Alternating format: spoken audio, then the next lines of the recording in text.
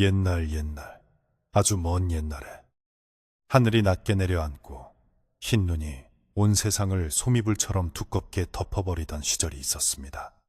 백두산 줄기가 뻗어내린 깊고 깊은 산골짜기에는 겨울이 유난히 길고 혹독해서 한번 눈이 내리기 시작하면 사람의 키를 훌쩍 넘길 정도로 쌓이는 일이 예사였습니다. 그곳에는 사나운 짐승들의 울음소리가 밤바다 바람을 타고 내려와 마을 사람들의 잠자리를 뒤숭숭하게 만들곤 했는데, 사람들은 문을 걸어 잠그고 이불을 머리끝까지 뒤집어 쓴 채 아침이 오기만을 기다리며 살았습니다.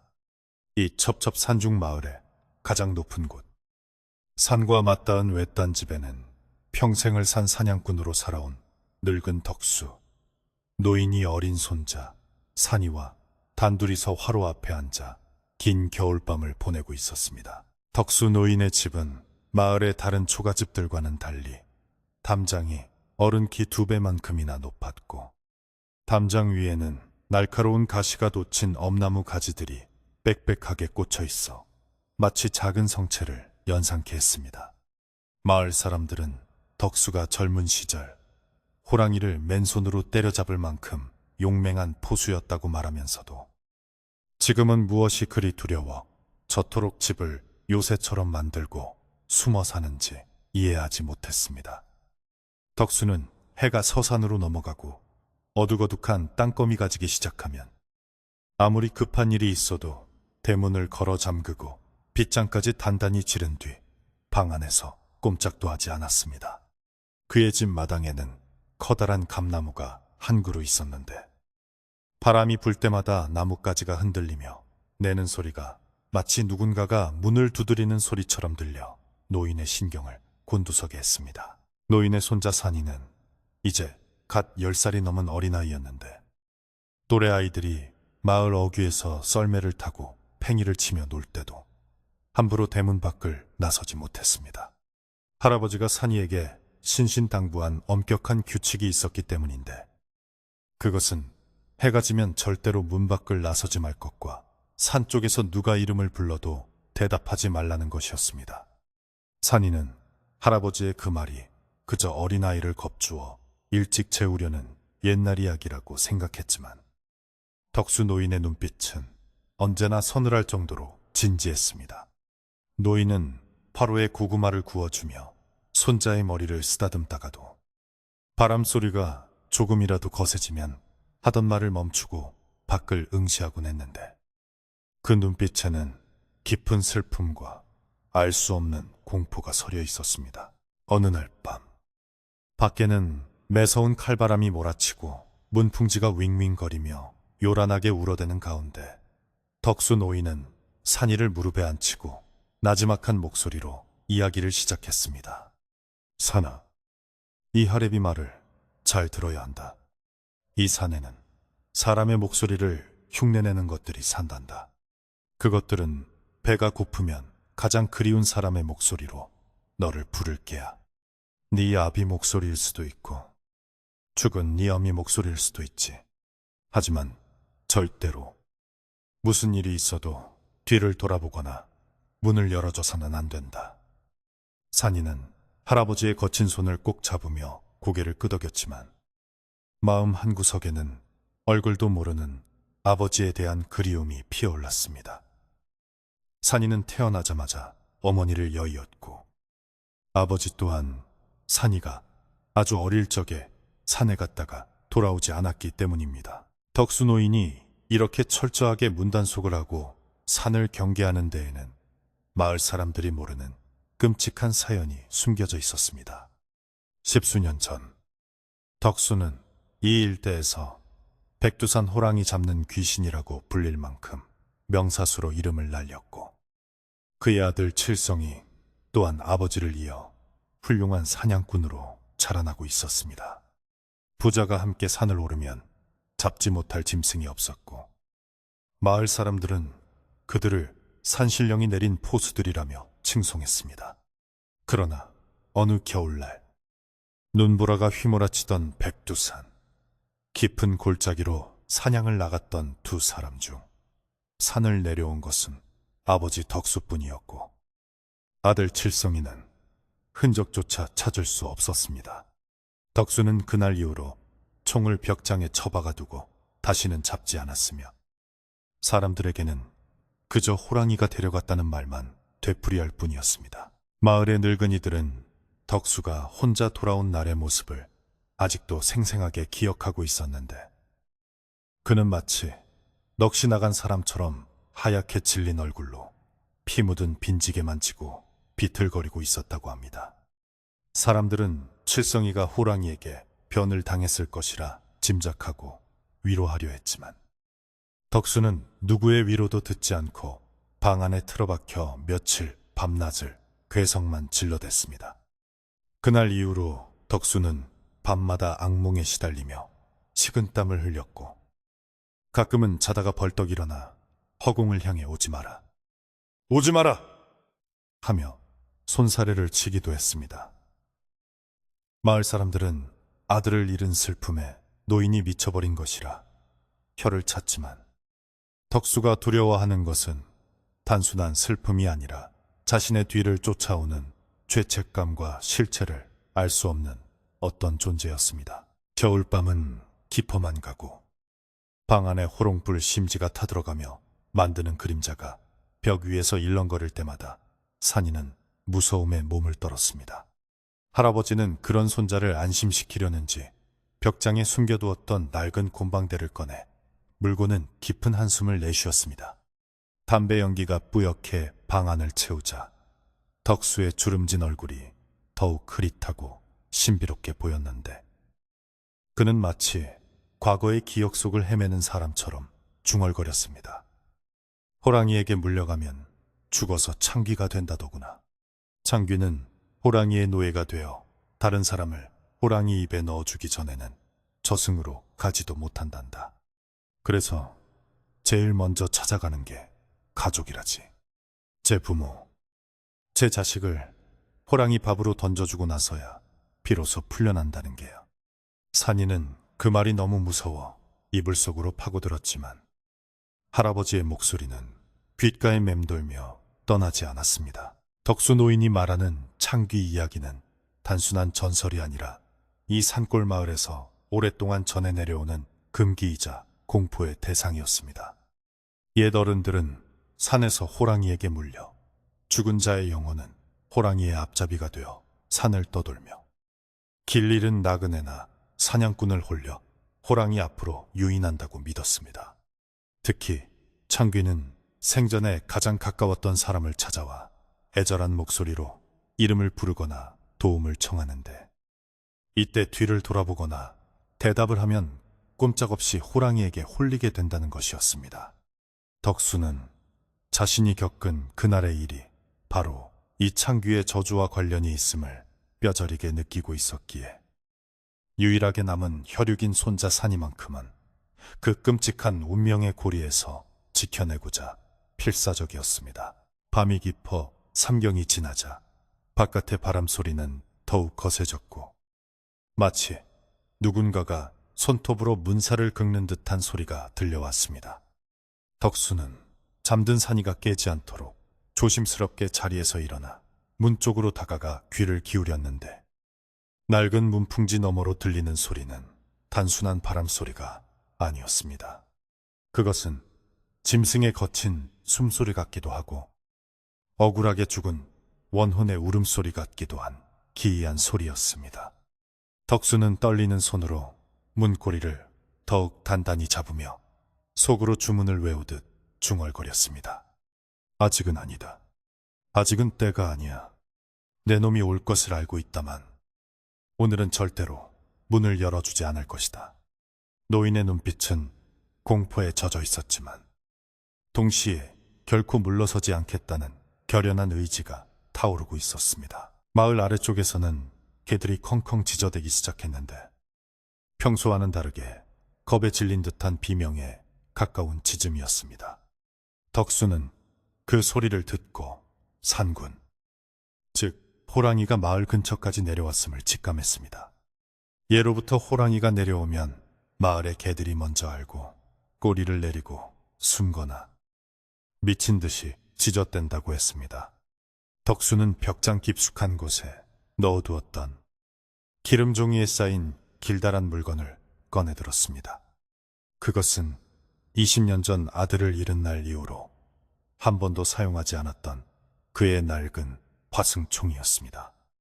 녹이 슬고 나무 개머리판은 닳았지만 덕수의 손에 잡힌 총은 여전히 묵직하고 서늘한 기운을 내뿜고 있었습니다.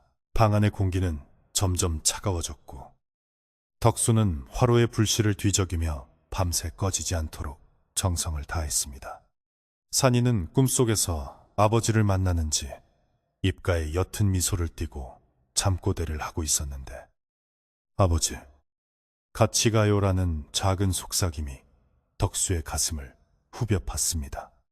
덕수는 잠든 손자의 얼굴을 바라보며 굵은 눈물을 한 방울 떨어뜨렸습니다.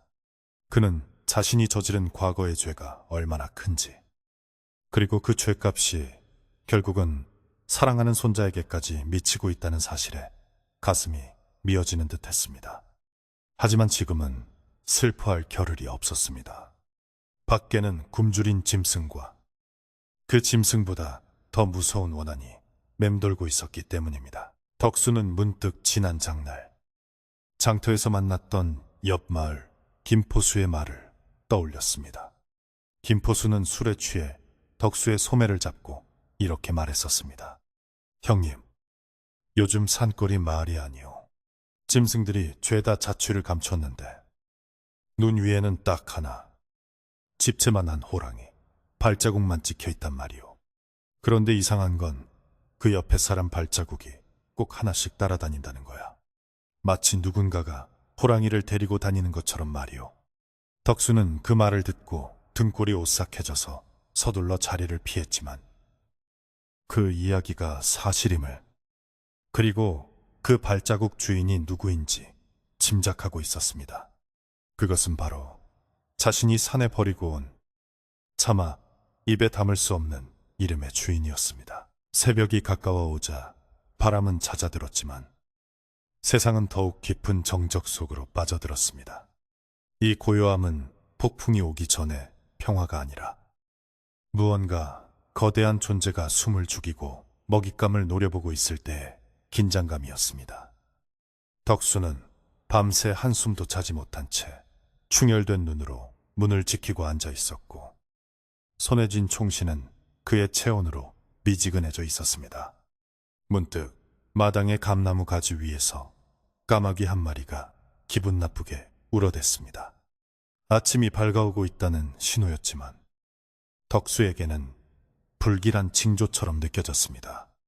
그는 오늘 밤이 무사히 지나갔음에 안도하기보다는 다가올 밤이 더 큰 공포를 가져올 것이라는 예감에 몸을 떨었습니다. 아침 햇살이 문틈으로 스며들자 산이가 부스스 눈을 비비며 일어났습니다. 할아버지, 밤새 안 주무셨어요? 산이의 물음에 덕수는 억지로 미소를 지으며 고개를 저었습니다. 아니란다. 늙은이라 잠이 없어서 일찍 깼을 뿐이다. 자, 밥 먹자. 덕수는 짐짓 아무렇지 않은 척 밥상을 차렸지만 숟가락을 든 손은 미세하게 떨리고 있었습니다. 밥상 위에는 김이 모락모락, 나는 된장국과 거친 보리밥이 올랐지만 두 사람 모두 말없이 밥알을 씹을 뿐이었습니다. 집안에는 무거운 침묵이 감돌았고 그 침묵을 깬 것은 대문을 거칠게 두드리는 누군가의 손길이었습니다. 이보게, 덕수 어르신, 계시오. 큰일 났소. 다급한 목소리의 주인공은 마을 이장이었습니다. 이장은 숨이 턱까지 차올라 헐떡거리며 대문 밖에서 소리쳤습니다. 어젯밤에 아랫마을 박신의 외양간이 털렸는데 소가 흔적도 없이 사라졌소. 그런데 외양간 기둥에 사람 손자국이 피로 찍혀 있더란 말이오. 덕수는 그 말을 듣는 순간 밥숟가락을 놓치고 말았습니다. 올 것이 왔다는 생각, 더 이상 피할 수 없다는 생각이 그의 머릿속을 하얗게 만들었습니다. 덕수는 산이를 방 안에 머물게 하고 무거운 발걸음으로 대문을 향해 걸어갔습니다. 빗장을 푸는 그의 손길에는 비장 한마저 감돌았습니다. 문을 열자 하얗게 쌓인 눈밭 위에 이장이 사색이 된 얼굴로 서 있었고, 그의 뒤로는 불안에 떠는 마을 청년들이 서성이고 있었습니다. 덕수는 차가운 겨울 공기를 깊이 들이마시며 청년들을 둘러보았습니다. 그들의 눈에는 공포와 함께 과거의 명포수였던 덕수에 대한 기대감이 섞여 있었습니다. 하지만 덕수는 그들의 기대를 채워줄 수 없다는 것을, 아니, 채워주어서는 안 된다는 것을 알고 있었습니다. 이번 사냥은 짐승을 잡는 것이 아니라 자신의 과거와 마주해야 하는 싸움이었기 때문입니다. 그는 짐짓 화난 목소리로 소리쳤습니다. 내 이제 총 놓은 지 오래된 늙은이여, 호랑이가 내려오면 관아에 알려 포수들을 부를 일이지. 왜 나를 찾아와 소란이요? 덕수는 매몰차게 대문을 닫아버리려 했지만 이장의 다음 말이 그의 손을 멈추게 했습니다. 어르신, 근데 그 손자국 말이요. 손가락이 하나 없더이다. 왼손 약지가 잘린 손자국이었소. 그 말은 비수처럼 덕수의 심장에 꽂혔습니다. 20년 전 실종된 아들 칠성이는 어릴 적 낫지를 하다 왼손 약지를 다쳐 손가락이 반마디 없었기 때문입니다. 덕수는 다리에 힘이 풀려 주저앉을 뻔한 것을 간신히 문고리를 잡고 버텼습니다. 이제 의심은 확신으로 바뀌었습니다. 그놈이 돌아온 것입니다. 죽지도 살지도 못한 채 구천을 떠돌던 아들이 호랑이의 가죽을 쓴 악귀가 되어 아비의 집 앞까지 찾아온 것이었습니다. 덕수는 떨리는 목소리로 돌아가시오. 오늘은 아무도 들이지 않겠소 라고 말하고는 황급히 대문을 걸어 잠갔습니다. 다시 방으로 돌아온 덕수는 산이를 품에 꼭 안았습니다. 영문을 모르는 산이는 할아버지의 가슴에서 쿵쿵거리는 심장 소리를 들으며 불안해했습니다. 덕수는 마음속으로 수없이 되뇌었습니다. 내가 지옥에 갈지언정 너만은 살려야 한다. 내 새끼, 내 강아지. 이 하레비가 지은 죄는 하레비가 가져갈 테니 너는 부디 명줄 길게 이어가거라. 밖에서는 마을 사람들이 웅성거리며 돌아가는 소리가 들렸지만 덕수의 귀에는 그 소리가 들리지 않았습니다. 오직 눈 덮인 산 너머에서 들려오는 듯한 아버지, 문 열어주세요라는 환청만이 그의 귓가를 맴돌 뿐이었습니다. 백두산 자락의 겨울해는 짧기만 해서 어느새 다시 산 그림자가 마을을 덮쳐오고 있었습니다. 덕수는 오늘 밤이야말로 결판을 내야 할지도 모른다는 생각에 비장한 각오로 총을 닦기 시작했습니다. 기름을 먹인 천으로 총신을 닦아내자 묵은 녹이 벗겨지며 검푸른 쇳빛이 드러났습니다. 옆에서 그 모습을 지켜보던 산이가 물었습니다. 할아버지, 다시 사냥 가시려고요? 덕수는 대답 대신 산이의 눈을 바라보며 말했습니다. 산아, 만약 오늘 밤에 무슨 소리가 들려도 그게 하레비 목소리라도 네가 내 눈을 직접 보기 전까지는 절대로 방문을 열면 안 된다. 알겠느냐? 산이는 할아버지의 눈에서 평소와는 다른 결기를 느끼고 겁먹은 표정으로 고개를 끄덕였습니다. 덕수는 총을 다 닦은 뒤 총알과 화약을 챙겨 품에 넣었습니다. 그리고 부적처럼 간직해온 아들 칠성이의 낡은 저고리 조각을 꺼내어 가슴 주머니에 넣었습니다. 그것은 아들이 실종되던 날 입고 있었던 옷의 일부로 덕수가 현장에서 주워온 유일한 유품이었습니다. 이제 모든 준비는 끝났습니다. 해가 완전히 저물고 어둠이 세상을 집어삼키자 덕수는 호롱불을 끄고 어둠 속에 앉아 그들이 오기를 기다렸습니다. 정막 속에서 시계 초침 소리만이 크게 울려 퍼졌고 덕수와 산이의 숨소리마저 잦아든 고요한 밤이 시작되었습니다. 바람이 잦아든 고요한 밤. 마당에 눈 밟는 소리가 사박 들려오기 시작했습니다. 그것은 사람의 발소리 같기도 하고 네 발 달린 짐승이 조심스럽게 걷는 소리 같기도 했습니다. 덕수는 숨을 멈추고 총을 움켜쥐었습니다. 소리는 대문 앞이 아니라 담장을 넘어 마당 안으로 들어와 있었습니다. 그 높은 담장을 소리 없이 넘을 수 있는 존재는 사람이 아니었습니다. 그리고 곧이어 방문 바로 앞에서 익숙하면서도 낯선 목소리가 들려왔습니다. 아버지, 저 왔어요. 칠성입니다. 문 좀 열어주세요. 밖이 너무 추워요. 산이는 그 소리에 화들짝 놀라 눈을 크게 떴고 덕수는 입술을 깨물며 눈을 질끈 감았습니다. 긴긴 밤, 피할 수 없는 비극의 서막이 올랐습니다. 방 안의 공기는 순식간에 얼어붙은 듯 차갑게 변했고 산이는 홀린 듯 자리에서 일어나 문 쪽으로 비틀비틀 걸어가려 했습니다. 덕수 노인은 소스라치게 놀라 손자의 어깨를 와락 끌어안으며 거친 손으로 아이의 귀를 틀어막았습니다. 듣지 마라. 저건 네 아비가 아니다. 네 아비는 10년 전에 이미 저 세상으로 갔다. 노인의 절규에 가까운 외침이 방 안을 울렸지만 문 밖의 목소리는 더욱 애처롭고 끈질기게 이어졌습니다. 아버지, 너무 추워요. 다리가 아파서 서 있을 수가 없어요. 제발 문 좀 열어주세요. 그 목소리는 분명 죽은 칠성이의 것이었지만 묘하게 쇠를 긁는 듯한 기이한 울림이 섞여 있어 듣는 이의 등골을 오싹하게 만들었습니다.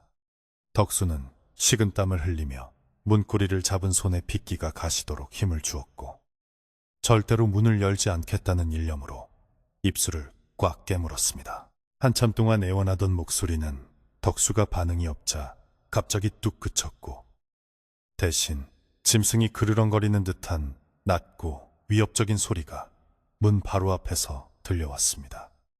독한 늙은이. 제 새끼가 얼어 죽는다는데도 그것은 사람의 말이 아니었습니다. 마치 짐승의 목구멍에서 억지로 짜내어 사람 흉내를 내는 듯한 끔찍한 소리였습니다. 산이는 할아버지의 품속에서 바들바들 떨며 눈물만 흘렸고 덕수는 눈을 부릅뜨고 문을 노려보며 속으로 수백 번도 더 빌었습니다. 산신령님, 제발 오늘 밤만 넘기게 해주십시오. 이 어린 것은 아무 죄가 없습니다. 문 밖에서는 날카로운 발톱으로 문살을 긁어대는 드르륵, 드르륵 소리가 한동안 이어지더니 이내 거친 바람 소리와 함께 멀어져 갔습니다. 그제야 덕수는 안도의 한숨을 내쉬었지만 그의 가슴속은 이미 검게 타들어가고 있었습니다. 다음 날 아침, 날이 밝자마자 덕수는 산이를 방 안에 두고 조심스럽게 마당으로 나갔습니다. 밤새 내린 하얀 눈 위에는 그가 예상했던 대로 끔찍한 흔적이 남아 있었습니다. 대문에서부터 방문 앞까지 어른 팔뚝만한 크기의 거대한 호랑이 발자국이 선명하게 찍혀 있었던 것입니다. 그런데 더 기가 막힌 것은 그 호랑이 발자국 옆에 나란히 찍힌 사람의 맨발 자국이었습니다. 그 발자국은 왼발은 온전한데 오른발은 질질 끈 듯 눈 위에 긴 자국을 남기고 있었습니다. 덕수는 그 흔적을 보자마자 다리에 힘이 풀려 그 자리에 주저앉고 말았습니다.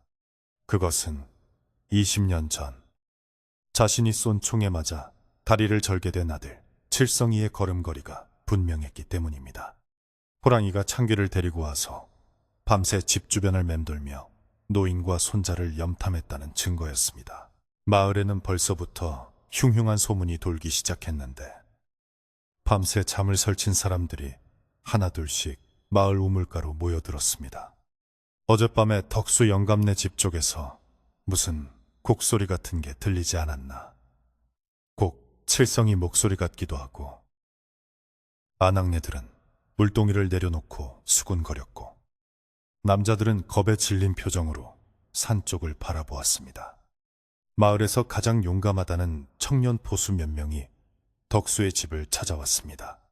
그들은 덕수에게 어르신, 이건 보통 일이 아닙니다.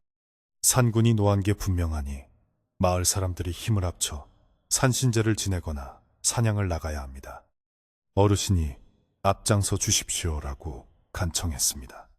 하지만 덕수는 빗자루를 들고 그들을 쫓아내며 고함을 질렀습니다. 다들 썩 꺼져라. 산신제고 나발이고 내 집 근처에는 얼씬도 하지 마라. 덕수의 완강한 태도에 마을 사람들은 고개를 저으며 발길을 돌릴 수밖에 없었습니다. 덕수가 이토록 사람들을 밀어내는 이유는 단 하나. 자신의 끔찍한 과거가 드러나는 것이 두려웠기 때문입니다.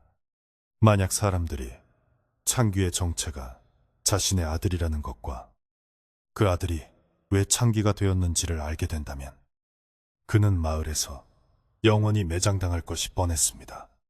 덕수는 사람들이 돌아간 뒤 마당에 있는 감나무에 새끼줄을 칭칭 감고 무당들이 쓰는 오색천을 걸어두었습니다. 그리고는 창고에서 묵은 소금을 꺼내 대문 앞에 뿌리며 부정을 막으려 애썼습니다. 하지만 그런 미신적인 방법으로 호랑이와 창귀를 막을 수 없다는 것을 그 자신이 누구보다 잘 알고 있었습니다. 그는 그저 시간을 벌고 싶었을 뿐입니다. 손자 산이가 조금 더 클 때까지, 아니면 자신이 늙어 죽을 때까지 이 비밀을 무덤까지 가져갈 수 있기를 바랐습니다. 그날 오후, 마을 어귀에 사는 늙은 무당 할멈이 지팡이를 짚고 덕수의 집을 찾아왔습니다. 이 할멈은 신기가 영험하여 마을의 대소사를 점치곤 했는데 덕수의 집 대문 앞에 서서 한참 동안이나 집안을 들여다보았습니다. 덕수가 마당에서 장작을 패다가 할멈과 눈이 마주치자 할멈은 대뜸 혀를 차며 말을 던졌습니다. 가요체, 빚을 갚을 때가 왔구먼. 묵은 빚은 이자가 쳐서 더 크게 돌아오는 법이야. 덕수는 도끼를 든 손을 멈추고 굳은 표정으로 할멈을 노려보았습니다. 무슨 헛소리요. 노망이 났으면 집에 나가시오. 하지만 할멈은 아랑곳하지 않고 지팡이로 땅을 쿵쿵 두드리며 말을 이었습니다. 자네가 쏜 화살이 자네 눈을 찌르러 왔어. 그 아이, 다리가 많이 아프겠더구나. 피냄새가 진동을 해. 무당 할멈의 말은 덕수의 심장을 정통으로 찔렀습니다. 할멈은 덕수가 숨기고 있는 비밀을 꿰뚫어 보고 있는 듯 했습니다. 덕수는 황급히 대문을 닫으려 했지만 할멈은 문틈으로 손을 집어넣어 누런 부적 한 장을 던져주었습니다. 오늘 밤은 이걸 문지방에 붙이게. 그리고 명심해. 놈은 가장 약한 고리를 노릴 게야.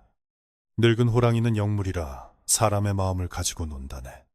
할멈은 그 말을 남기고 뒤도 돌아보지 않고 산을 내려갔습니다. 덕수는 떨리는 손으로 부적을 주워들었습니다. 부적에는 붉은 글씨로 알 수 없는 주문이 적혀 있었는데 마치 피로 쓴 것처럼 섬뜩했습니다. 덕수는 그 부적이 지푸라기라도 잡고 싶은 자신의 심정을 대변하는 것 같아 차마 버리지 못하고 품에 넣었습니다. 해가 서산에 걸리고 땅거미가 질 무렵 산이는 마당 구석에서 혼자 놀고 있었습니다. 할아버지가 문단속을 하느라 정신이 팔린 사이 산이는 담장 너머 숲 쪽에서 무언가 반짝이는 것을 보았습니다. 그것은 마치 반딧불이처럼 푸르스름한 빛을 내며 공중에 떠 있었는데 산이는 호기심에 이끌려 담장 쪽으로 다가갔습니다. 그때 어젯밤에 들었던 그 목소리가 다시 들려왔습니다.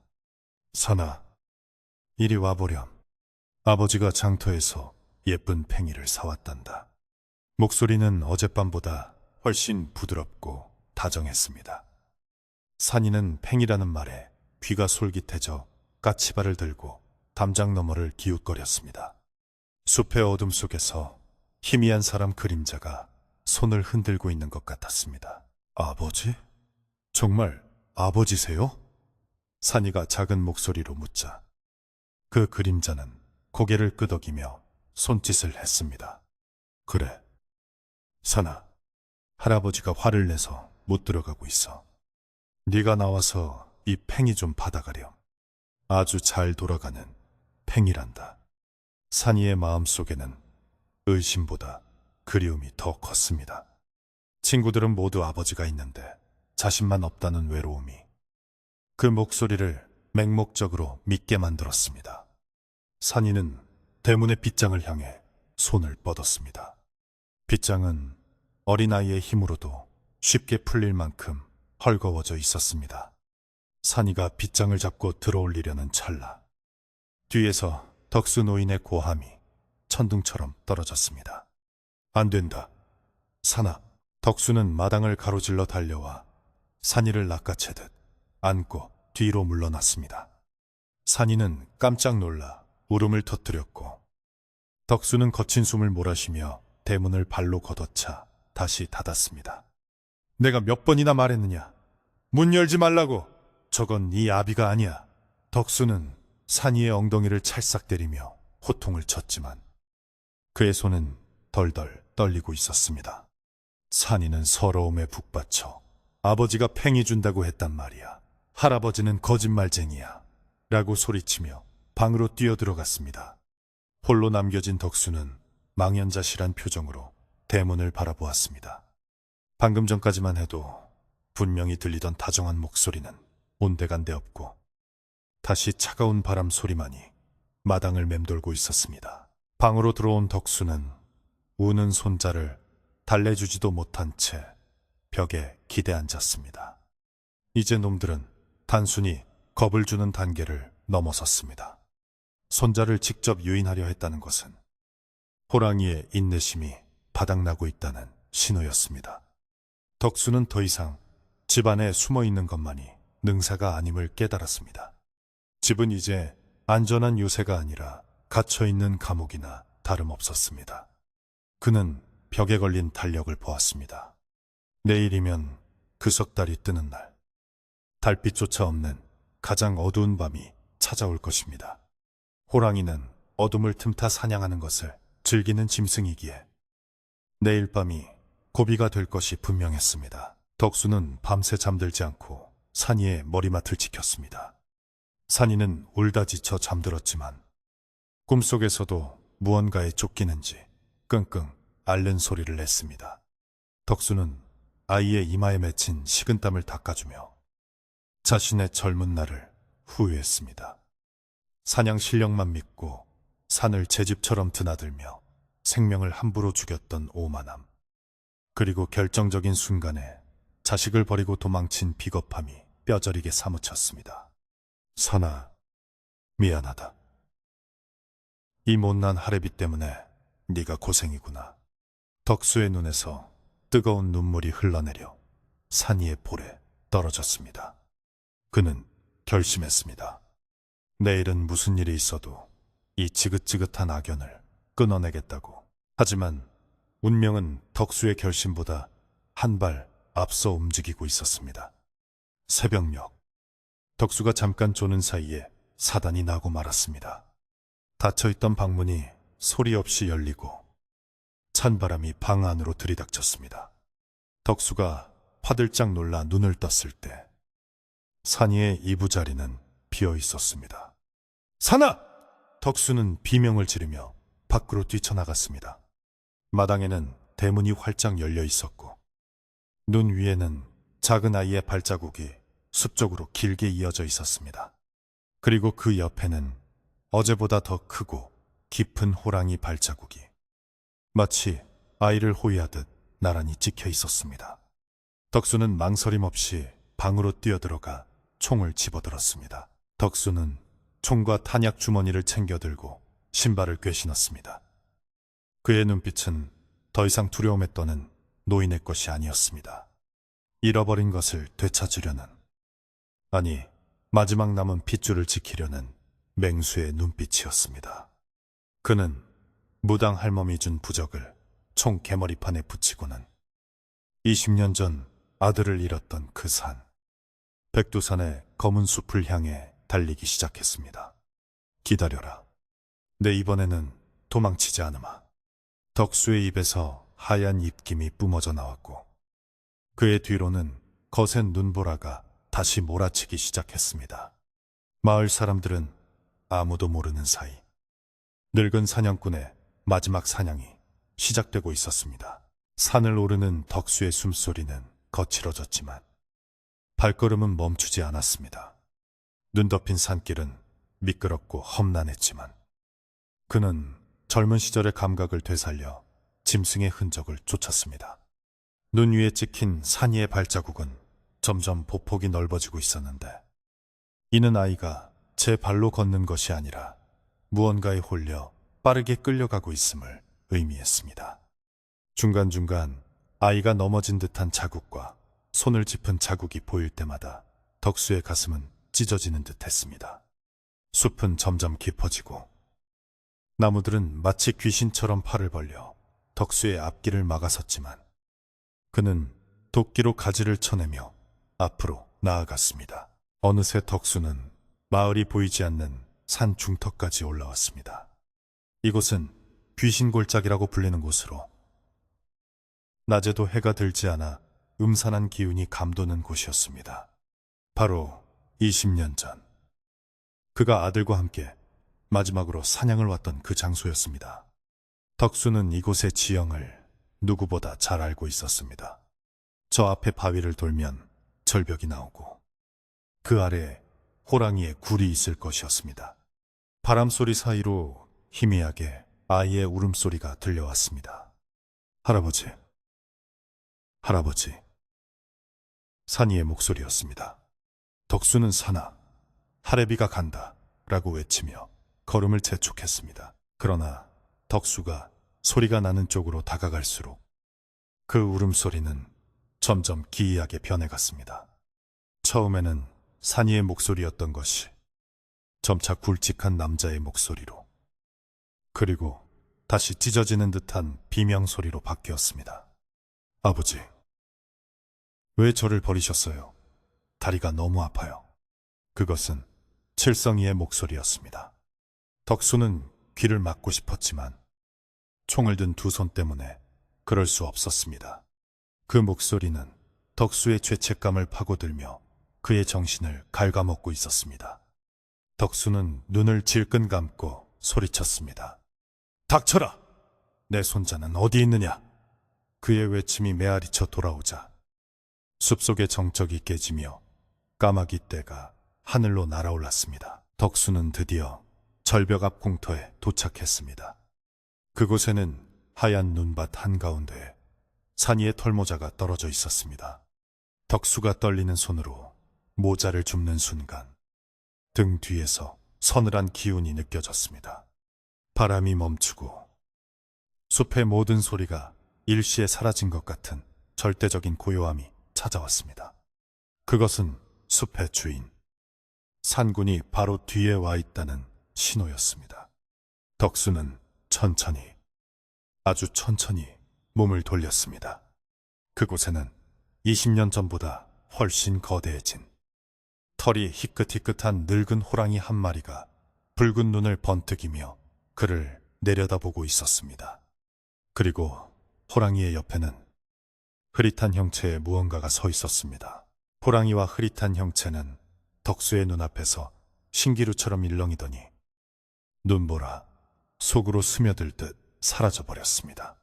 그것은 마치 덕수를 조롱하는 듯한 혹은 더 깊은 지옥으로 안내하려는 듯한 몸짓이었습니다. 덕수는 총을 겨눈 채 한참을 그 자리에 못 박힌 듯 서 있었지만 돌아오는 것은 거센 바람소리와 자신의 거친 숨소리뿐이었습니다. 눈앞에 보이던 거대한 짐승과 아들의 형상은 온데간데없고 오직 눈 위에 찍힌 깊은 발자국만이 그들이 환영이 아니었음을 증명하고 있었습니다. 호랑이는 덕수가 자신을 쫓아오도록 일부러 모습을 드러냈다가 감추기를 반복하며 늙은 사냥꾼의 진을 빼놓으려는 속셈이 분명했습니다. 덕수는 이를 악물고 떨리는 다리에 힘을 주어 다시 발걸음을 옮겼는데 그의 눈빛은 절망과 분노로 뒤섞여 이글거리고 있었습니다. 덕수는 눈 위에 남겨진 발자국을 따라 산더 깊은 곳, 사람들이 감히 발을 들여놓지 못하는 금단의 영역으로 들어섰습니다. 이곳은 산세가 험하고 절벽이 많아 약초꾼들도 기피하는 곳이었는데 덕수에게는 너무나도 익숙하면서도 끔찍한 기억이 서린 장소였습니다. 발자국은 산비탈을 따라 구불구불 이어지다가 가파른 바위산 쪽으로 향하고 있었는데 그 길목마다 붉은 핏방울이 점점이 떨어져 있어 덕수의 가슴을 철렁하게 만들었습니다. 혹시 산이가 다친 것은 아닌지, 아니면 이미 늦은 것은 아닌지 하는 불안감이 엄습했지만 그는 고개를 세차게 흔들며 불길한 생각을 떨쳐내려 애썼습니다. 아니다. 아직은 아니다. 놈은 나를 원해. 나를 보기 전까지는 아이를 해치지 않을게요. 덕수는 주문처럼 중얼거리며 미끄러운 눈길을 기어오르듯 올라갔습니다. 산을 오를수록 바람은 더욱 매서워져 덕수의 얼굴을 칼로 베는 듯 아리게 했고 눈발은 앞을 분간할 수 없을 정도로 거세졌습니다. 하지만 덕수를 가장 괴롭히는 것은 추위나 육체적인 고통이 아니라 귓가를 맴도는 환청이었습니다. 아버지, 같이 가요. 다리가 아파요. 바람 소리에 섞여 들려오는 그 목소리는 20년 전 그날 칠성이가 마지막으로 남긴 말과 토시 하나 다르지 않았습니다. 덕수는 귀를 틀어막고 싶었지만 총을 놓을 수 없어 그저 고통스럽게 그 소리를 견뎌내야만 했습니다. 그 목소리는 덕수의 깊은 무의식 속에 잠자고 있던 죄의식을 깨워 날카로운 발톱으로 심장을 핥히는 듯 했습니다. 덕수는 비틀거리는 걸음을 옮기며 과거의 기억 속으로 빨려 들어갔습니다. 20년 전 그날도 오늘처럼 눈이 많이 내리던 날이었습니다.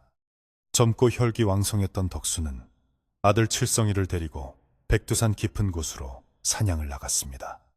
그들은 마을 사람들로부터 최고의 포수 부자라는 칭송을 듣고 있었고 그 자신감은 자만심이 되어 산의 경고를 무시하게 만들었습니다.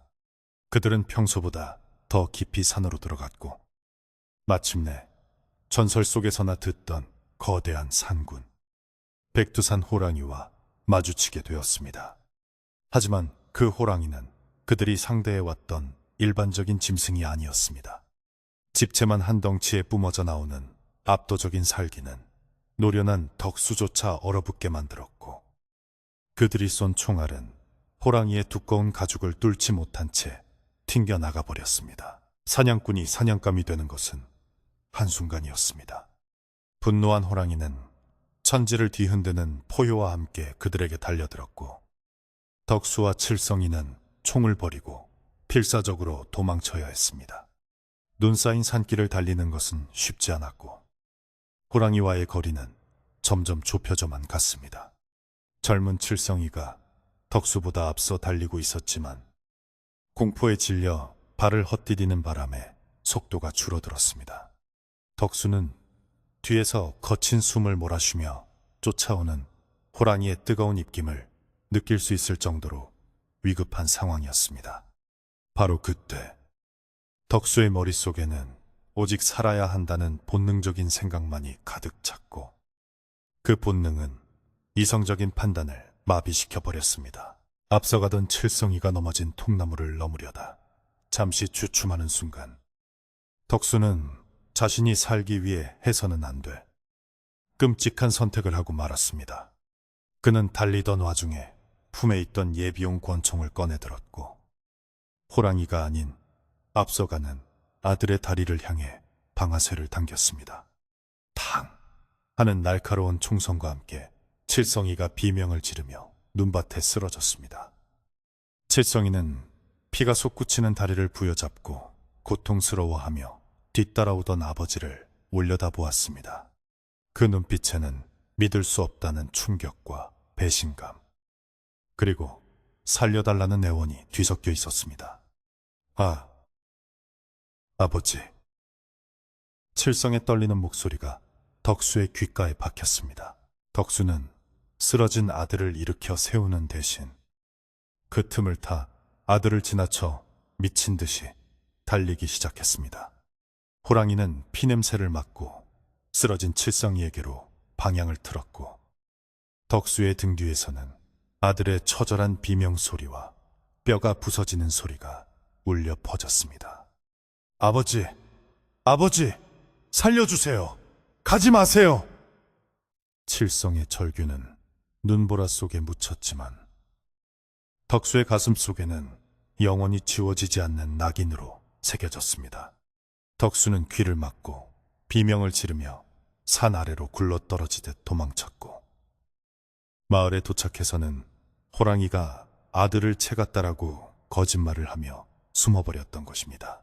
다시 현재로 돌아와 덕수는 눈밭 위에 무릎을 꿇고 오열했습니다. 20년 동안 그를 괴롭혀온 악몽은 단순한 꿈이 아니라 자신이 저지른 씻을 수 없는 죄악의 기억이었습니다. 그는 아들을 호랑이에게 잃은 불쌍한 아비가 아니라 제 목숨을 부지하기 위해 자식을 미끼로 던져준 비겁하고 잔인한 살인자였습니다.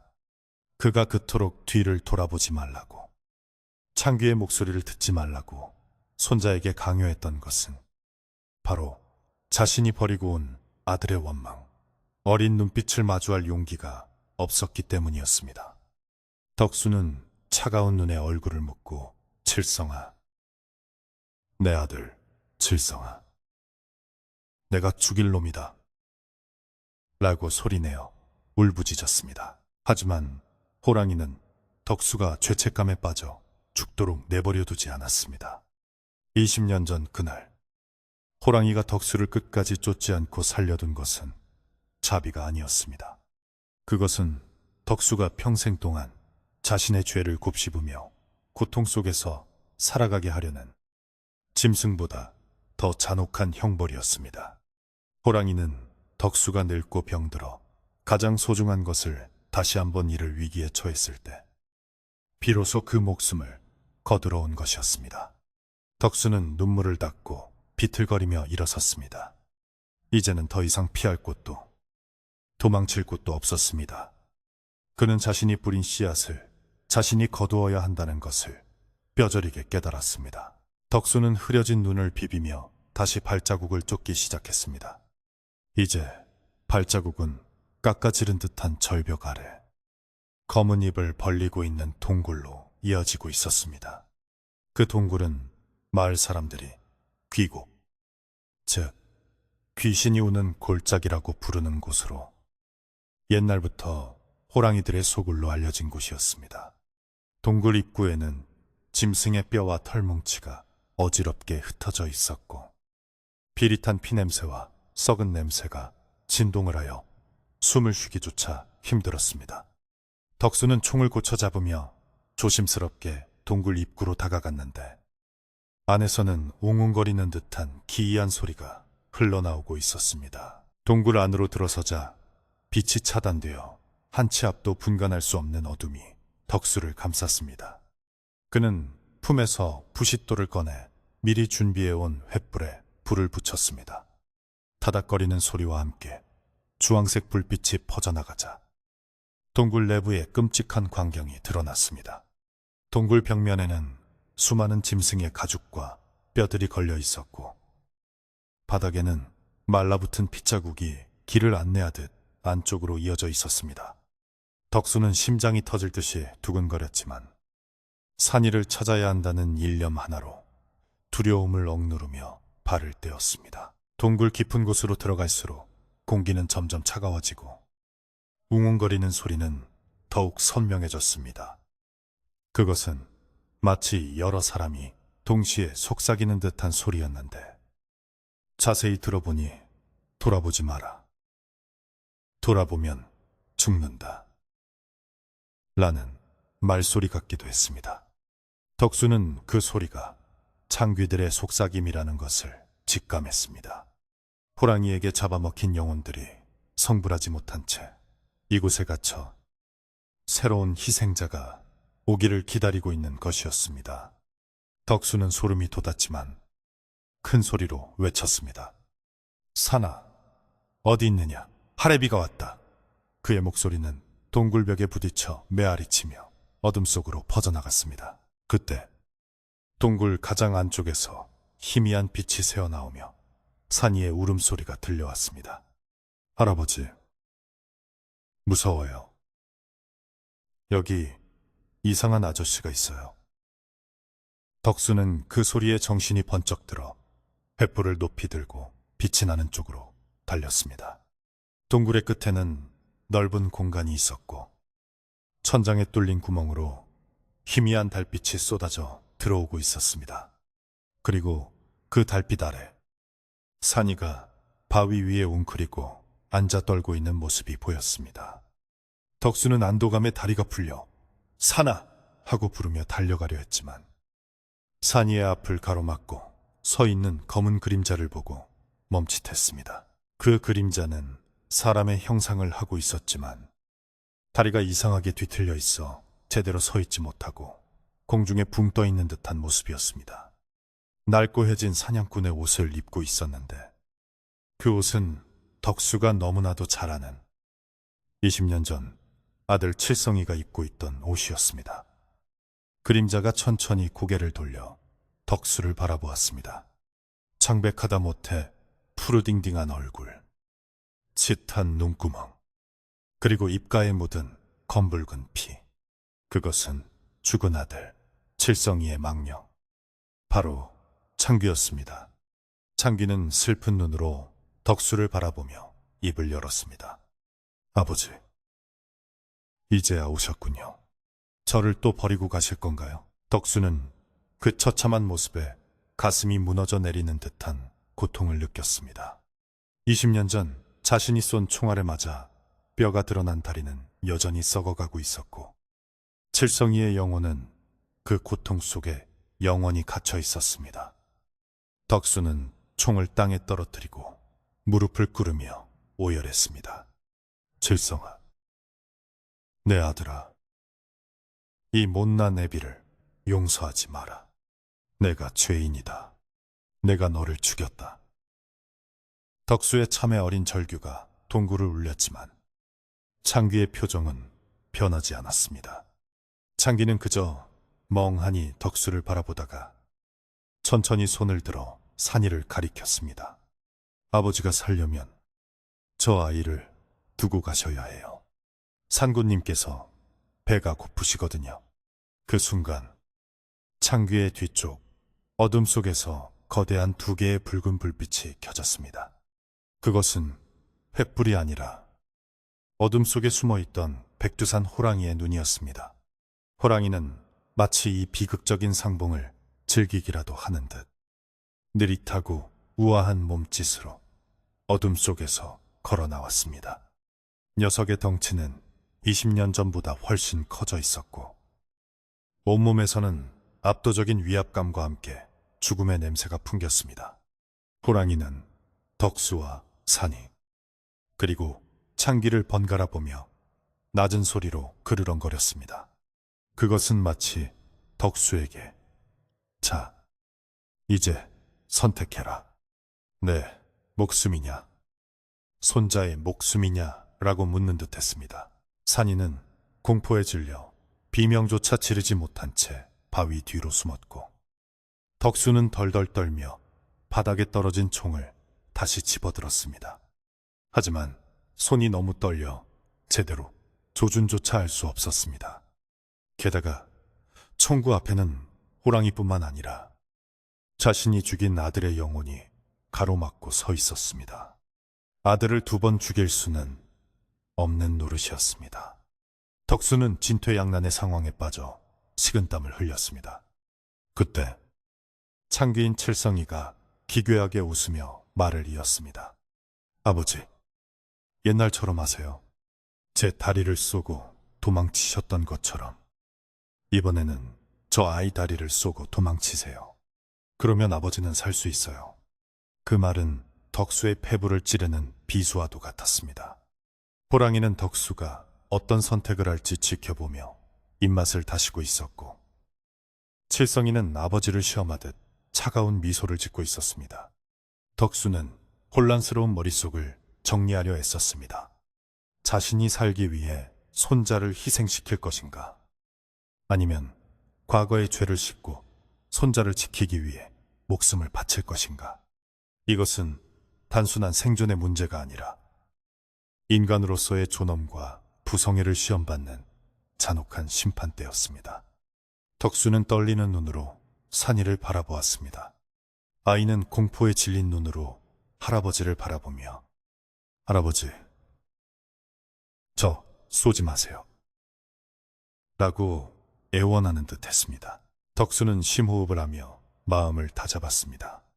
20년 전의 실수를 반복할 수는 없었습니다. 그는 더 이상 도망치는 겁쟁이가 아니었습니다. 덕수는 총구를 산이가 아닌 호랑이를 향해, 아니 정확히 말하면 호랑이 앞을 막아서고 있는 창귀를 향해 천천히 들어 올렸습니다. 하지만 그의 손가락은 방아쇠에 걸린 채 꼼짝도 하지 않았습니다. 눈앞의 아들의 모습이 너무나 선명했기 때문입니다.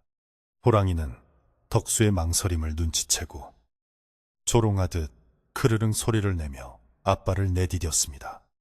이제 시간은 얼마 남지 않았습니다. 호랑이가 도약하려는 순간 동굴 안의 긴장감은 최고조에 달했습니다. 덕수는 눈물을 머금고 소리쳤습니다. 칠성아, 비켜라. 나는 너를 쏘려는 게 아니다. 네 뒤에 있는 그 악귀를 잡으려는 것이다. 하지만 칠성이는 고개를 저으며 꼼짝도 하지 않았습니다. 아버지는 못 쏘세요. 아버지는 저를 사랑하니까요. 아니, 아버지는 자신을 더 사랑하니까 못 쏘시는 거죠. 창귀의 말은 덕수의 가장 아픈 곳을 찔렀습니다. 덕수는 절망감에 휩싸였지만 이내 눈빛이 매섭게 변했습니다. 그는 총을 쥔 손에 힘을 주며 결단을 내렸습니다. 이 지독한 업보의 고리를 끊을 수 있는 방법은 오직 하나뿐이었습니다. 덕수는 갑자기 총구를 호랑이나 창귀가 아닌 동굴 천장에 거대한 고드름을 향해 겨누었습니다. 예상치 못한 행동에 호랑이도 창귀도 잠시 주춤했습니다. 내 죄는 내가 가져간다. 덕수의 외침과 함께 탕! 하는 총성이 동굴을 뒤흔들었습니다. 총알은 정확히 천장의 약한 바위 틈새를 때렸고 그 충격으로 거대한 고드름과 바위 조각들이 호랑이와 창귀가 서 있는 쪽으로 우르르 쏟아져 내리기 시작했습니다. 동굴이 무너지는 굉음 속에서 호랑이는 놀라 뒤로 물러섰고 그 틈을 타 덕수는 산이가 있는 쪽으로 몸을 날렸습니다. 먼지와 파편이 자욱한 가운데 덕수는 산이를 품에 안고 구석진 틈새로 몸을 피했습니다. 호랑이의 분노에 찬 포효 소리가 동굴을 울렸지만 쏟아져 내린 바위들이 호랑이의 진로를 막아주었습니다. 잠시 후 진동이 멈추고 정적이 찾아왔지만 덕수는 이것이 끝이 아님을 알고 있었습니다. 호랑이는 아직 살아있었고 창귀 또한 사라지지 않았습니다.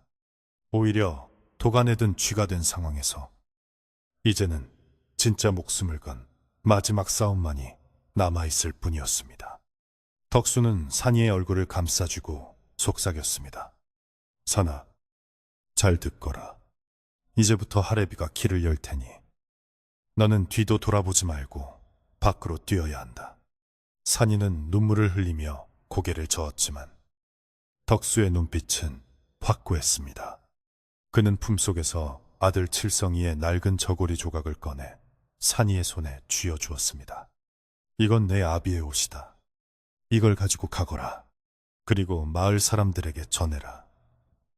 덕수 포수가 마지막 사냥을 끝내고 돌아간다고.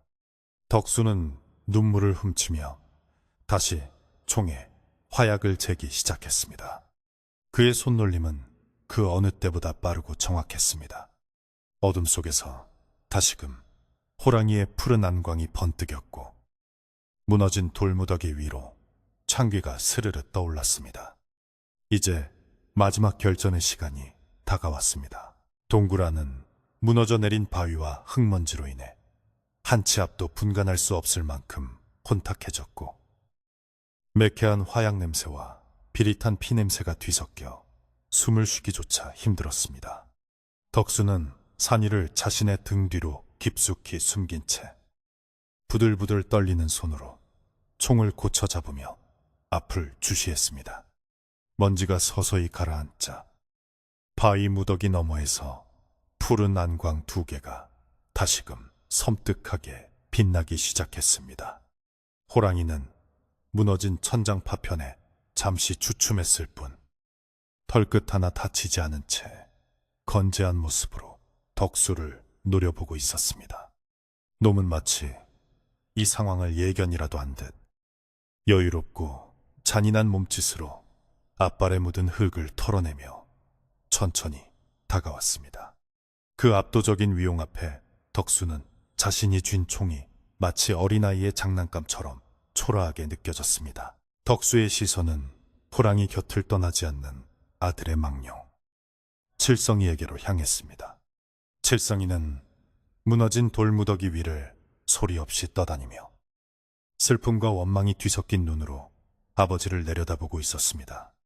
덕수는 이제 더 이상 물러설 곳이 없음을, 그리고 이 지독한 악연의 고리를 끊으려면 진실을 마주해야 함을 직감했습니다. 그는 찢어질 듯한 목소리로 외쳤습니다. 칠성아, 내 아들아, 네가 듣고 있는지 모르겠구나. 하지만 이 애비가 죽기 전에 꼭 해야 할 말이 있다. 덕수의 목소리는 동굴 벽을 타고 메아리쳤고, 그 처절한 외침에 호랑이조차 잠시 걸음을 멈추고 귀를 기울이는 듯 했습니다. 창귀는 아무런 대답 없이 고개를 갸웃거리며 덕수의 입모양을 주시했습니다. 덕수는 피가 맺힌 입술을 깨물며 평생 가슴속에 묻어두었던 끔찍한 진실을 토해내기 시작했습니다. 그날, 20년 전 그 눈보라치던 날, 나는 너를 버린 것이 아니다. 나는 나 살자고 너를 미끼로 던졌다. 네 다리를 쏜 것은 호랑이가 아니라 바로 이 못난 애비였다. 그 고백은 날카로운 비수처럼 동굴의 정막을 갈랐습니다. 산이는 할아버지의 등 뒤에서 그 말을 듣고 충격에 빠져 숨조차 쉬지 못했습니다. 덕수는 바닥에 무릎을 꿇으며 오열했습니다. 내가 짐승만도 못한 놈이다. 너는 아무 죄가 없다. 그러니 제발 이 늙은이의 목숨을 가져가고 네 아들 산이는 살려다오. 저 아이는 네 핏줄이지 않느냐. 덕수의 참에 어린 고백을 들은 창귀의 표정이 일그러지기 시작했습니다. 멍하니 허공을 응시하던 눈동자에 생기가 도는가 싶더니 이내 핏빛 눈물이 주르륵 흘러내렸습니다. 그것은 악귀의 눈물이 아니라 억울하게 죽은 아들이 아버지의 진심을 확인하고 흘리는 인간의 눈물이었습니다. 아버지, 왜 그러셨어요? 제가 얼마나 아팠는데요. 창귀의 입에서 흘러나오는 목소리는 더 이상 짐승의 흉내를 내는 괴상한 소리가 아니라 생전의 칠성이가 내던 슬픈 음성이었습니다. 그 목소리는 덕수의 가슴을 후벼 팠지만 동시에 그들 사이에 놓여있던 오해와 원망의 벽이 허물어지고 있음을 의미하기도 했습니다. 하지만 이 감동적인 순간을 지켜보던 호랑이는 더 이상 기다려줄 인내심이 없었습니다. 놈은 지루하다는 듯 거칠게 콧김을 내뿜으며 날카로운 발톱을 세워 바닥을 긁어댔습니다. 호랑이에게 인간의 사연 따위는 중요하지 않았습니다. 놈에게 필요한 것은 오직 굶주린 배를 채워줄 신선한 고기와 대를 이어 자신에게 굴복하는 인간들의 공포심뿐이었습니다. 호랑이는 낮게 으르렁거리는 소리와 함께 뒷다리에 힘을 주며 도약할 준비를 마쳤습니다. 놈의 목표는 늙고 맛없는 덕수가 아니라 그 뒤에 숨어있는 어리고 연한 산이었습니다. 덕수는 호랑이의 살기를 감지하고 벌떡 일어섰습니다.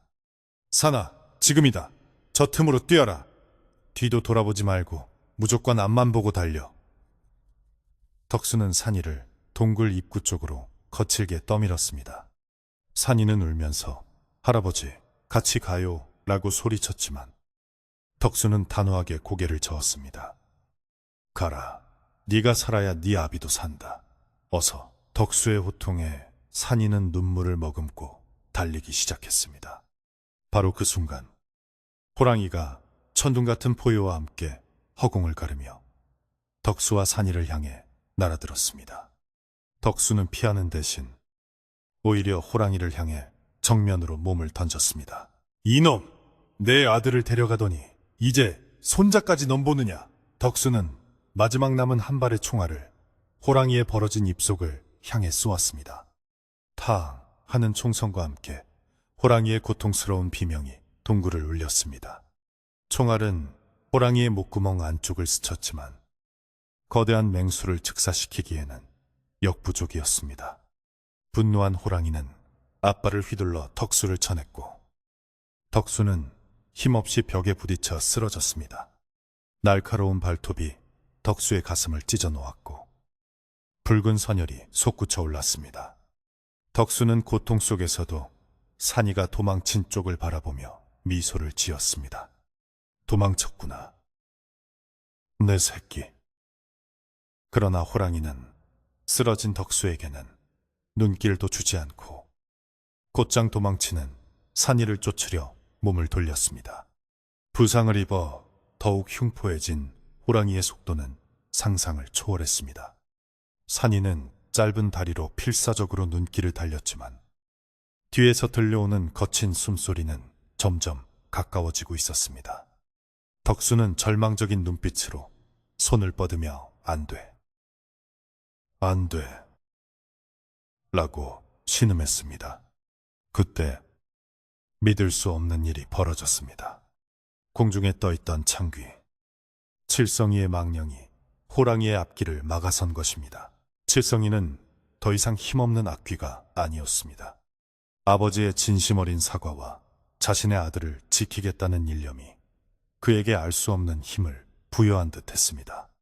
창귀는 반투명한 몸으로 호랑이의 얼굴을 감싸 안으며 귓가에 대고 무어라 속삭였습니다. 그것은 호랑이를 유혹하는 말이 아니라 호랑이의 정신을 교란시키는 혼령의 저주였습니다. 그 아이는 건드리지 마라. 내 핏줄이다. 대신 나를 줄 테니. 창귀의 필사적인 방해에 호랑이는 허공을 향해 앞발을 휘두르며 괴로워했습니다. 잠시였지만 그 시간은 산이가 도망칠 수 있는 결정적인 기회였습니다. 동굴 밖으로 뛰쳐나온 산이는 눈보라가 몰아치는 산길을 미친 듯이 달렸습니다.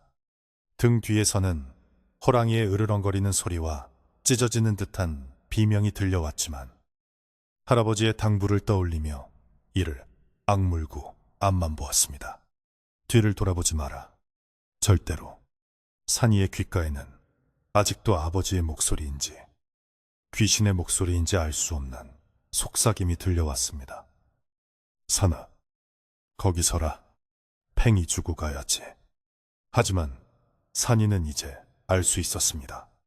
그것은 아버지가 아니라는 것을. 진짜 아버지는 동굴 안에서 할아버지와 함께 자신을 지켜주고 있다는 것을 말입니다. 동굴 안에서는 최후의 사투가 벌어지고 있었습니다. 피투성이가 된 덕수는 마지막 힘을 짜내어 기어갔습니다. 그는 호랑이가 창귀와 실랑이를 벌이는 틈을 타 자신의 몸을 호랑이의 뒷다리에 매달았습니다. 이놈, 죽어도 같이 죽자. 덕수는 품속에 숨겨두었던 사냥용 단검을 꺼내 호랑이의 힘줄을 끊으려 안간힘을 썼습니다. 호랑이는 고통에 몸부림치며 덕수를 물어뜯으려 했지만 창귀가 끊임없이 눈앞을 가리며 시야를 방해했습니다. 20년 만에 아버지와 아들은 처음으로 한마음이 되어 거대한 적과 싸우고 있었습니다. 덕수의 눈앞이 점점 흐려졌습니다. 과다 출혈로 인해 온몸의 감각이 마비되어 가고 있었지만 마음만은 그 어느 때보다 평온했습니다. 그는 흐릿해지는 시야 속에서 아들 칠성이의 모습을 보았습니다. 칠성이는 더 이상 끔찍한 몰골의 창귀가 아니었습니다. 20년 전 건강하고 듬직했던 그 젊은 시절의 모습으로 돌아와 아버지를 향해 환하게 웃고 있었습니다. 아버지, 이제 됐어요. 빚은 다 갚으셨어요. 아들의 목소리가 마음속으로 전해져 왔습니다. 덕수는 피 묻은 손을 들어 아들의 뺨을 어루만지는 심엿을 하며 눈을 감았습니다. 그래, 내 아들. 칠성아, 춥지 않으냐? 호랑이는 끈질긴 두 인간의 저항에 지쳐가고 있었습니다. 특히 자신의 노예라고 생각했던 창귀의 반란은 놈에게 큰 충격이었습니다. 호랑이는 덕수를 떼어내기 위해 발버둥 쳤지만 덕수는 죽어서도 놓지 않겠다는 듯 놈의 다리를 꽉 껴안은 채 숨을 거두었습니다. 그 순간 동굴 천장이 다시 한번 크게 울리며 남은 바위들이 우르르 쏟아져 내렸습니다. 덕수가 쏘았던 총알이 건드린 집안이 완전히 무너지기 시작한 것입니다. 거대한 바위들이 호랑이와 덕수, 그리고 칠성이의 영혼이 머무는 그 공간을 완전히 덮쳐버렸습니다. 굉음과 함께 동굴 입구가 막히고 세상의 모든 소음이 묻혀버렸습니다. 산이는 산 아래 마을, 어귀에 다다라서야 다리에 힘이 풀려 눈밭에 쓰러졌습니다. 숨이 턱까지 차오르고 온몸이 땀으로 젖었지만 그는 살아있었습니다. 마을 사람들은 횃불을 들고 산을 향해 올라오다가 쓰러진 산이를 발견하고 황급히 달려왔습니다. 아니, 이게 누구냐? 산이 아니냐? 덕수 영감은 어디 갔느냐? 이장이 산이를 안아 일으키며 다급하게 물었습니다. 산이는 엉엉 울며 손가락으로 산 정상을 가리켰습니다. 할아버지가 호랑이를 잡으러. 산이의 말은 울음소리에 묻혀 제대로 이어지지 못했습니다. 마을 사람들은 산이의 손가락이 가리키는 곳을 바라보았습니다. 귀곡 산등성이 쪽에서 거대한 흙먼지가 피어오르고 있었고 이내 산 전체를 울리는 둔탁한 진동이 발밑까지 전해져 왔습니다. 그것은 마치 산이 거대한 한숨을 내쉬는 듯한 소리였습니다. 사람들은 직감적으로 알 수 있었습니다. 그곳에서 무언가 거대한 일이 끝났음을, 그리고 덕수 노인은 다시는 돌아오지 못할 것임을 말입니다. 무당 할멈이 사람들 틈에서 나와 지팡이로 땅을 치며 탄식했습니다. 아이고, 결국 업보를 스스로 끊어냈구만. 제 몸을 던져서 손자를 살리고 아들을 해방시켰어. 눈보라는 거짓말처럼 잦아들기 시작했습니다. 며칠 내내 하늘을 뒤덮고 있던 먹구름이 걷히고 차가운 보름달이 모습을 드러냈습니다. 달빛은 하얗게 쌓인 눈 위를 비추며 붉은 핏자국들을 덮어주듯 은은하게 빛났습니다. 마을 사람들은 아무 말 없이 산을 향해 고개를 숙였습니다. 호랑이의 공포에 떨던 밤들은 이제 끝났지만 그 대가로 치러진 희생은 너무나도 컸습니다. 산이는 이장의 품에 안겨 멀어져가는 산을 바라보았습니다. 더 이상 산속에서 자신을 부르는 목소리는 들리지 않았습니다.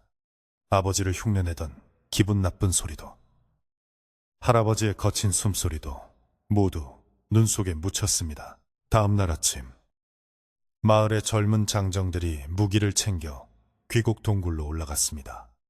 혹시나 모를 호랑이의 습격에 대비해서였지만 산은 쥐 죽은 듯 고요했습니다. 동굴 입구는 거대한 바위들로 완전히 막혀 있어 안으로 들어갈 수조차 없었습니다. 사람들은 그 앞에서 덕수 노인의 찢어진 옷자락과 부서진 총의 개머리판 조각을 발견했습니다. 그것이 노인이 남긴 유일한 흔적이었습니다. 사람들은 그 자리에 돌을 쌓아 작은 돌무덤을 만들었습니다. 덕수 노인과 그의 아들 칠성이, 그리고 백두산의 산군이 함께 잠든 거대한 무덤이었습니다. 장정들이 마을로 내려왔을 때 마을 분위기는 슬픔보다는 안도감과 경외감으로 가득 차 있었습니다. 더 이상 밤마다 들려오던 짐승의 울음소리는 없었고 가축들도 편안하게 잠을 잤습니다. 사람들은 덕수 노인이 마지막으로 보여준 용기를 이야기하며 눈시울을 붉혔습니다. 그 꼬장꼬장하던 영감이 결국은 제 핏줄을 위해 호랑이 아가리에 제 발로 들어갔어. 누군가가 말했고 다른 누군가는 아니지. 아들을 구하러 간 게야. 20년 동안 짐을 지고 살더니 이제야 그 짐을 내려놓은 개지라고 맞장구를 쳤습니다. 덕수의 집 마당에 서 있던 감나무에는 까치 한 쌍이 날아와 앉았습니다. 산이는 마루에 걸터 앉아 할아버지가 깎아주던 나무 팽이를 만지작거렸습니다. 팽이에는 산이 대장이라는 글씨가 삐뚤빼뚤하게 새겨져 있었습니다. 산이는 더 이상 울지 않았습니다. 할아버지가 마지막 순간에 보여준 그 강인한 눈빛을 기억하고 있었기 때문입니다. 앞만 보고 달려라.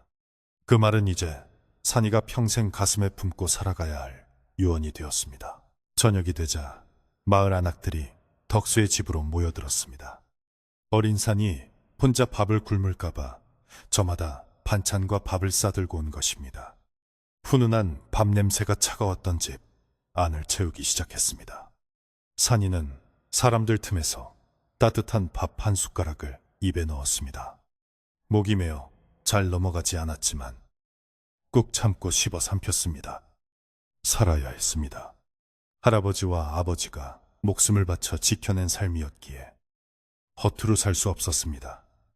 방 한 구석, 할아버지가 늘 앉아있던 자리에는 이제 주인을 잃은 곰방대만이 덩그러니 놓여 있었습니다. 밤이 깊었지만 산이는 무섭지 않았습니다. 예전처럼 문고리를 잡고 벌벌 떨 필요도 없었습니다. 창호지 문 밖에는 달빛만이 고요하게 머물고 있었고 가끔 바람이 불 때마다 들리던 기분, 나쁜 속삭임 대신 풍경 소리만이 맑게 울려 퍼졌습니다. 산이는 이불을 머리까지 덮는 대신 문을 조금 열어 밖을 내다보았습니다. 저 멀리 하얗게 눈 덮인 산봉우리가 마치 할아버지의 구분 등처럼 포근하게 마을을 감싸고 있는 듯 보였습니다. 이제 정말로 긴 악몽이 끝난 것입니다. 시간은 흐르는 물과 같아서 어느덧 백두산 골짜기에 쌓였던 눈이 녹고 꽃이 피기를 20번이나 반복했습니다. 그 끔찍했던 밤, 산 전체를 뒤흔들던 굉음과 함께 덕수 노인과 호랑이가 사라진 후 마을에는 거짓말처럼 평화가 찾아왔습니다. 밤마다 문풍지를 떨게 만들던 기괴한 짐승의 울음소리도, 사람을 홀려 산으로 이끌던 창귀의 속삭임도 더 이상 들리지 않게 되었습니다. 마을 사람들은 이제 해가 저물어도 무서움에 떨지 않고 마실을 다닐 수 있게 되었고, 아이들은 산호기까지 올라가 나무를 캐거나 썰매를 타며 뛰어놀았습니다. 그 모든 평화가 자신의 목숨을 던져 산의 저주를 끊어낸 늙은 사냥꾼 덕수의 덕분임을 마을 사람들은 잊지 않았습니다.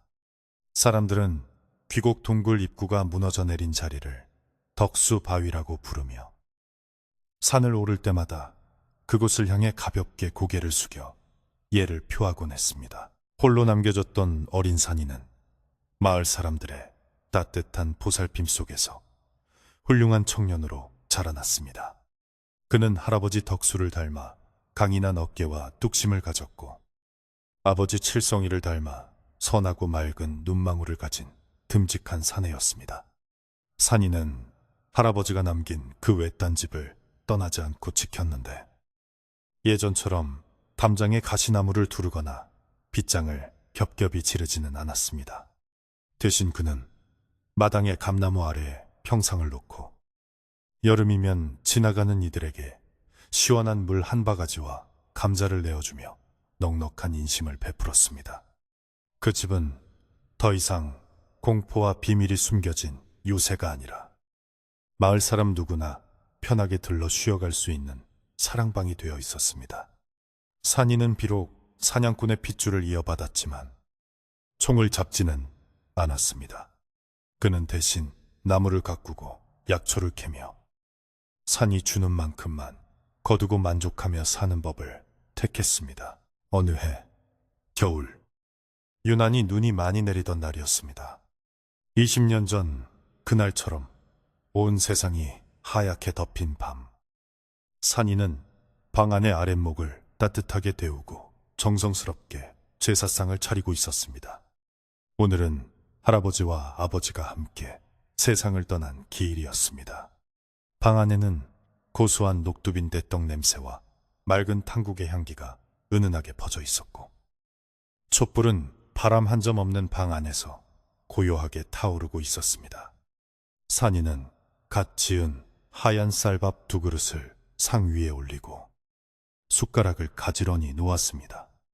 예전에는 공포의 대상이었던 그 겨울밤이 이제는 그리운 사람들을 추억하고 대화하는 따뜻한 시간이 되어 있었습니다.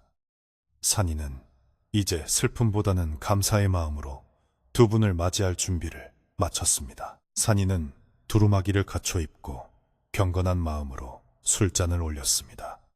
할아버지, 아버지, 산이가 왔습니다. 그곳은 춥지 않으신지요? 산이가 절을 올리자 문 밖에서 후 하고 바람 부는 소리가 들려왔습니다. 예전 같았으면 소스라치게 놀랐을 소리였지만 지금 산이에게 그 소리는 마치 할아버지가 곰방대를 태우며 내뱉는 숨소리처럼, 혹은 아버지가 어깨를 토닥여주는 손길처럼 다정하게 느껴졌습니다. 산이는 무릎을 꿇고 앉아 눈을 감고 지난날을 회상했습니다. 할아버지가 자신을 살리기 위해 호랑이에게 달려들던 그 뒷모습, 그리고 마지막 순간에 자신을 지켜주기 위해 악귀의 형상을 벗어던지고 호랑이를 막아서던 아버지의 모습이 주마등처럼 스쳐 지나갔습니다. 할아버지, 저는 이제 더 이상 뒤를 돌아보지 않아요. 할아버지 말씀대로 앞만 보고 열심히 살고 있습니다. 산이는 허공을 향해 나직하게 말했습니다. 그 말 속에는 단순히 물리적으로 뒤를 보지 않는다는 뜻뿐만 아니라 과거의 아픈 기억이나 죄책감에 얽매이지 않고 꿋꿋하게 현재를 살아가겠다는 다짐이 담겨 있었습니다. 덕수 노인이 그토록 손자에게 가르치려 했던 것은 호랑이의 유혹을 피하는 방법이기도 했지만 결국은 지나간 슬픔에 잡아먹히지 말고 자신의 인생을 살라는 깊은 사랑이었음을 산이는 어른이 되어서야 온전히 깨달았습니다. 산이는 술잔에 술을 다시 채우며 이제는 그들이 무거운 짐을 내려놓고 편안히 쉬시기를 간절히 빌었습니다. 제사가 한창일 무렵 부엌에서 달그락거리는 소리와 함께 산이의 아내가 쟁반에 따뜻한 숭늉을 받쳐 들고 들어왔습니다. 산이는 몇 해 전 아랫마을의 참하고 부지런한 처자와 혼인을 하여 가정을 꾸렸습니다. 아내는 산이의 곁에 앉아 함께 절을 올리며 시할아버지와 시아버지의 넋을 기렸습니다. 여보, 오늘따라 촛불이 참 밝게 타오르네요. 두 분이 오셔서 기뻐하시나 봐요. 아내의 말에 산이는 빙그레 미소를 지으며 고개를 끄덕였습니다. 그의 눈가에는 맺힌 눈물 대신 따스한 온기가 감돌았습니다. 예전에는 이 집안에 남자들만의 적막하고 무거운 공기가 감돌았지만 이제는 아내의 온기와 삶의 활력이 그 빈자리를 채우고 있었습니다. 방 안쪽 구석, 따뜻한 아랫목에서는 곤히 잠든 아기 숨소리가 들려왔습니다. 산이의 첫 아들, 강이었습니다. 산이는 강처럼 맑고 거침없이 흐르며 살라는 뜻으로 이름을 지어주었습니다. 포대기에 쌓여 새근새근 잠든 아이의 볼은 발그레하게 상기되어 있었고 입을 오물거리며 단잠에 빠져 있었습니다. 산이는 잠든 아이의 얼굴을 바라보며 생각했습니다. 이 아이는 호랑이도 창귀도 모르는 세상에서 살게 될 것이다. 할아버지가 목숨 바쳐 지켜낸 이 평화로운 땅에서 두려움 없이 마음껏 산을 뛰어다니며 살게 하리라. 그것은 산이가 할아버지와 아버지에게 바치는 가장 큰 효도이자 자신이 살아가야 할 이유이기도 했습니다. 밤이 깊어지자 마을은 더욱 깊은 정적 속으로 빠져들었습니다. 밖에는 한방눈이 펑펑 쏟아져 내려 세상의 모든 더러움과 아픔을 덮어버리려는 듯 했습니다. 산이는 방문을 조금 열어 밖을 내다보았습니다. 마당의 감나무 가지마다 하얀 눈꽃이 피어 있었고 멀리 보이는 백두산 자락은 은빛으로 빛나고 있었습니다. 예전에는 저 어둠 속에서 붉은 눈을 뜬 짐승이 자신을 노려보고 있을까봐 두려웠지만 지금은 그저 아름답고 고요한 겨울 풍경일 뿐이었습니다. 산이는 차가운 밤 공기를 깊이 들이마셨습니다. 그 공기 속에는 더 이상 피냄새나 짐승의 누린내가 섞여 있지 않았습니다. 오직 맑고 깨끗한 눈냄새와 겨울나무의 향기만이 실려올 뿐이었습니다. 마을 어귀에 사는 노인들은 가끔 사랑방에 모여 옛날 이야기를 하곤 했습니다. 그때 그 덕수 영감이 참 대단했지. 호랑이 잡는 귀신이라더니 진짜 귀신이 되어서도 호랑이를 잡고 늘어졌어.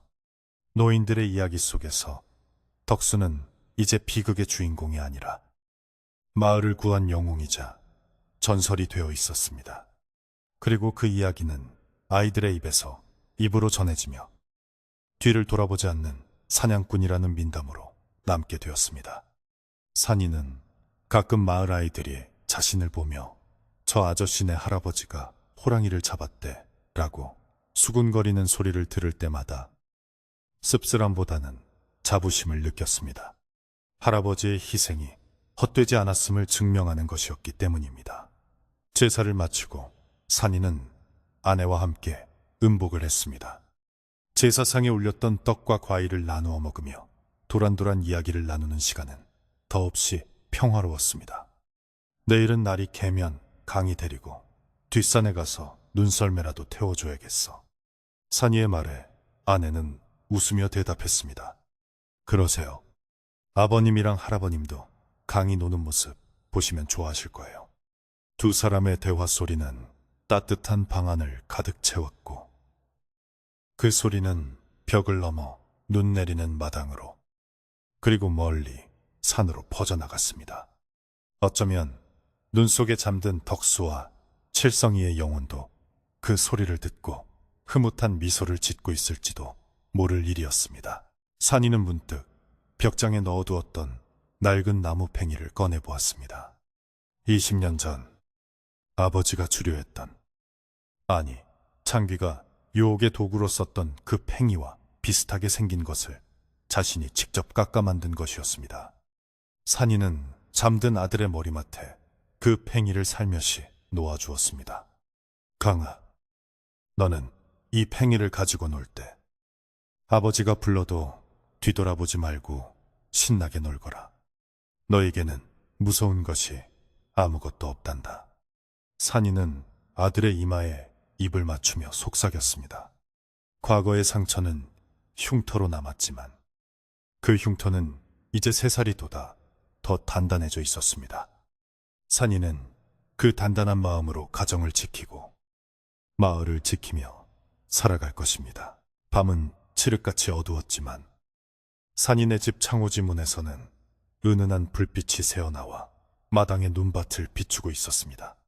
그 불빛은 마치 어둠 속의 등대처럼 따뜻하고 안정감이 있었습니다. 지나가던 바람이 마당의 감나무를 흔들었지만 가지들은 더 이상 비명을 지르지 않고 사각사각하며 눈을 터는 소리를 낼 뿐이었습니다. 산이는 자릿길을 준비해 머리맡에 놓고 이불을 펴고 자리에 누웠습니다. 따뜻한 온돌 바닥이 등을 찢어주자 하루의 피로가 눈 녹듯 사라졌습니다. 옆에는 사랑하는 아내가, 그 옆에는 세상 모르고 잠든 아들이 있었습니다. 이것이 바로 할아버지가 그토록 지키고 싶어 했던 행복이었음을 산이는 비로소 온몸으로 느끼고 있었습니다. 꿈속에서 산이는 다시 어린 시절로 돌아가 있었습니다. 하지만 그 꿈은 악몽이 아니었습니다. 눈 내리는 하얀 산속. 할아버지는 젊은 시절의 모습으로 튼튼한 다리를 뽐내며 앞장서 걷고 있었고 그 뒤를 아버지 칠성이가 환하게 웃으며 따르고 있었습니다. 두 사람은 뒤처진 산이를 보며 손짓했습니다. 산아, 어서 오너라. 날이 참 좋구나. 산이는 꿈속에서 베르르 웃으며 그들을 향해 달려갔습니다. 호랑이도, 총도, 피도 없는 그곳에서 세 사람은 영원히 함께 산길을 걸어가고 있었습니다. 그것은 죽음 이후의 세상이 아니라 산이의 마음속에 영원히 기억될 가장 아름다운 모습이었습니다. 다음 날 아침, 눈이 그치고 햇살이 비추자 마을은 눈부시게 빛났습니다. 지붕마다 소복하게 쌓인 눈은 햇빛을 받아 보석처럼 반짝였고 처마 끝에 매달린 고드름에서는 맑은 물방울이 똑똑 떨어졌습니다. 산이는 일찍 일어나 마당에 눈을 쓸었습니다. 쓱 빗자루질 소리가 경쾌하게 아침을 깨웠습니다. 대문을 활짝 열자 마을 사람들이 삼삼오오 모여 지나가며 인사를 건넸습니다. 자네, 어제 제사는 잘 지냈는가? 네, 덕분에 잘 모셨습니다. 오고 가는 인사말 속에 정이 넘쳐 흘렀습니다. 산이는 빗자루를 잠시 멈추고 산을 올려다보았습니다. 백두산은 웅장한 자태로 마을을 굽어보고 있었고 그 위로 파란 하늘이 시원하게 펼쳐져 있었습니다. 산이는 이제 압니다. 뒤를 돌아보지 않는다는 것은 과거를 잊는 것이 아니라 과거를 딛고 앞으로 나아가는 용기라는 것을요. 할아버지와 아버지가 남겨준 그 용기는 산이의 가슴 속에서 그리고 그의 아들 강희의 가슴 속에서 영원히 살아 숨쉴 것입니다. 호랑이는 죽어 가죽을 남기고 사람은 죽어 이름을 남긴다고 했던가요? 하지만 덕수와 칠성이는 이름보다 더 귀한 사랑을 남기고 떠났습니다. 그 사랑은 이 추운 겨울 눈 덮인 산골 마을을 녹이는 가장 뜨거운 불씨가 되어 타오르고 있었습니다. 이야기는 이제 끝이 났습니다.